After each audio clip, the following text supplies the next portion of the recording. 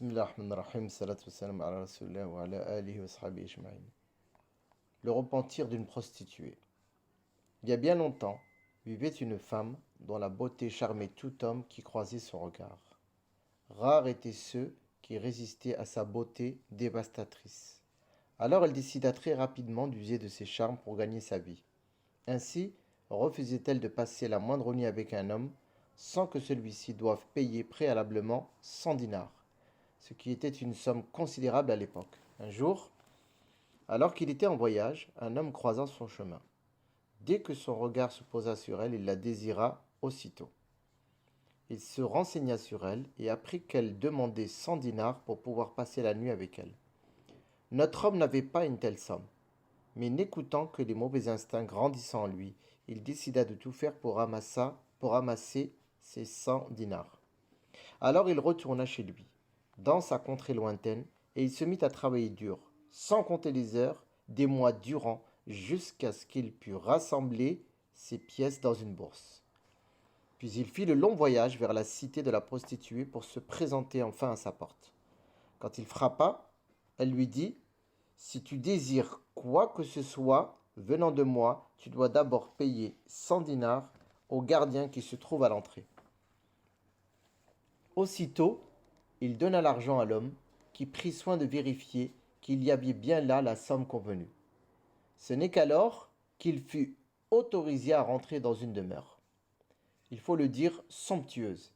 Jamais il n'avait vu un tel luxe. Tout était fait de métaux nobles et de pierres précieuses, même le lit était en or. Puis son regard se posa sur l'objet de son désir. Elle était là, sur le lit, à l'inviter à rejoindre sa couche. Sans se faire prier, l'homme approcha, prêt à succomber. Au moment où il commença à la toucher, où il espérait obtenir ce dont il avait rêvé depuis tant de jours, un autre sentiment l'envahit. Il se rendit compte qu'il allait trop loin. Lui, l'homme qui avait eu Dieu dans son cœur si longtemps, allait se fourvoyer pour le seul désir de la chair. Alors qu'il était dans les bras de la prostituée, il se rappela soudain le jugement dernier, auquel nul homme ne peut échapper. Alors, sans crier gare, il la repoussa et se leva. Tout désir avait disparu. Sa conscience avait repris le dessus. Il lui dit alors : « Excuse-moi, mais permets-moi de partir, je te laisse l'argent. » La jeune prostituée ne comprit pas. C'est bien la première fois qu'une telle chose lui arrivait. Elle lui dit alors : « Comment peux-tu partir maintenant, alors que tu ne cessais de dire que tu étais fou de désir pour moi, que tu as travaillé si dur pour gagner ces 100 dinars qui te permettaient de me posséder pour la nuit. Comment peux-tu décider de partir maintenant ?» Il lui répondit, tout en se rhabillant : « Par Dieu, je ne sais pas ce qui m'a pris. Je n'aurais jamais dû venir. La seule raison qui m'empêche de venir à toi, c'est la crainte de mon Seigneur et la pensée que je sais que je ne suis qu'une créature entre ses mains. Et malgré cela, j'ai failli lui désobéir, comme jamais je ne l'avais fait auparavant. » La prostituée n'en croyait pas ses oreilles. Cet homme avait tellement raison. Oui, elle aussi n'était qu'une créature entre les mains d'Allah. Elle jouissait de tout, de son royaume, de ses bienfaits. Il lui avait donné un corps avec lequel elle égarait les hommes, alors qu'elle aurait pu l'utiliser pour se consacrer à lui et à l'adorer. À ces paroles, aussitôt le cœur de la belle se repentit. Elle regarda alors l'homme et lui dit : « Si tu es sincère dans tes propos, et je pense que tu l'es, alors je n'accepterai d'épouser quiconque à part toi. » Mais pour notre homme, cette femme restait l'objet de sa faute et de son péché. Il devait fuir loin d'elle. Alors elle lui demanda : « Je t'en prie, laisse-moi partir. » Mais elle refusa en disant : « Je ne te laisserai jamais partir à moins que tu me promettes de m'épouser. » Mais lui ne pouvait pas rester une minute de plus dans cet endroit. Il avait l'impression d'être en enfer. Il lui dit : « Je suis incapable de dire ou faire quoi que ce soit tant que je suis ici. Laisse-moi partir s'il te plaît. » Elle vit combien l'homme était perturbé. Pourtant, elle devait saisir cette occasion, car pour elle, cet homme était la clé de son salut. Grâce à lui, elle avait enfin vu l'erreur dans laquelle elle était plongée depuis tant d'années. Elle concéda alors à sa demande, mais non sans une condition. Elle lui dit : « Je vais te laisser t'en aller, mais tu dois me jurer sur Allah que si je te rejoins là où tu vis, tu accepteras de m'épouser. » Quel homme n'aurait pas accepté immédiatement ?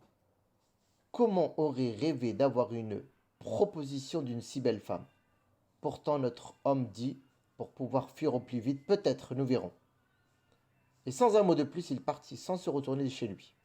Il avait voyagé si longtemps pour finalement ne rester là que quelques minutes. Mais il le fit avec soulagement, remerciant Allah de ne pas être allé au bout de son péché et implorant son pardon. Tout ce qu'il voulait, c'était rentrer chez lui et oublier cet instant d'inconscience aussi vite que possible, ce qu'il fit. Mais c'était sans compter la détermination de la belle jeune femme. Dès que l'homme l'eut quittée, elle fit savoir à la cité tout entière que désormais elle renonçait à sa vie de débauche et qu'aucun homme ne devait plus jamais frapper à sa porte pour ses désirs charnels. Puis elle commença à faire ses bagages et à mettre ses affaires en ordre.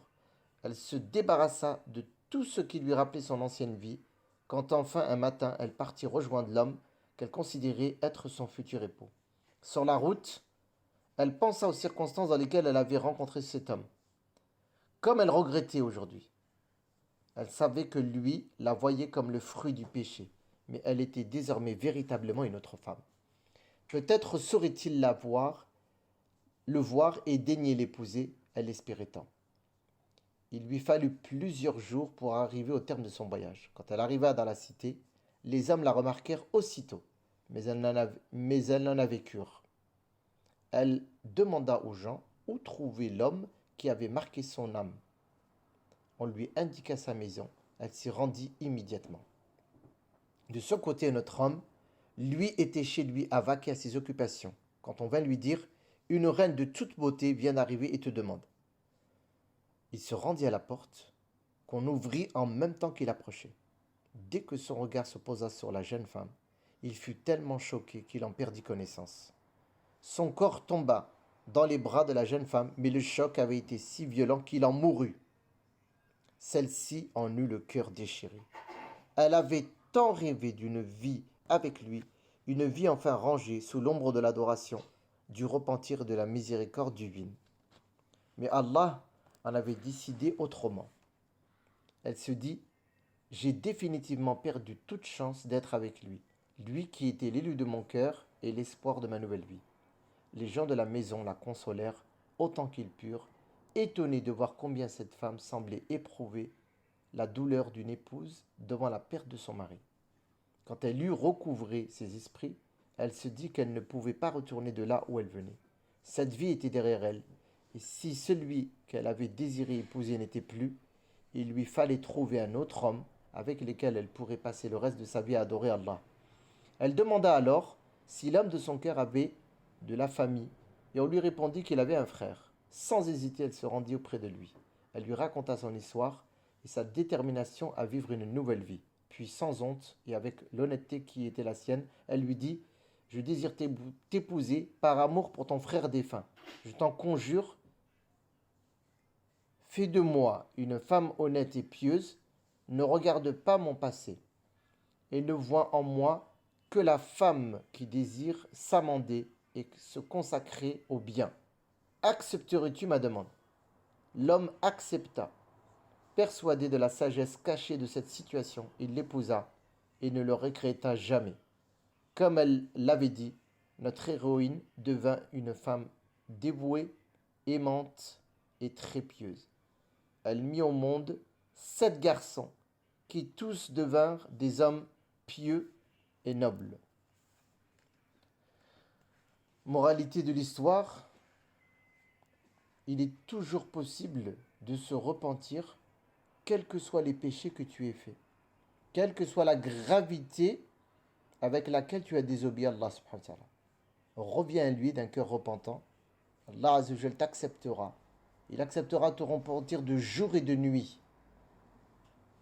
Et particulièrement lorsque tu demandes et implores le pardon de Dieu subhanahu wa ta'ala au moment de l'aube, avant la prière del Fajr, où le serviteur se repent sincèrement à Dieu, lui demandant de lui pardonner ses fautes. Certes, Allah Azza wa Jal réforme les cœurs de ceux qui se repentent à lui sincèrement, pour les guider et les sortir des ténèbres de l'ignorance vers la lumière de la foi et de la piété.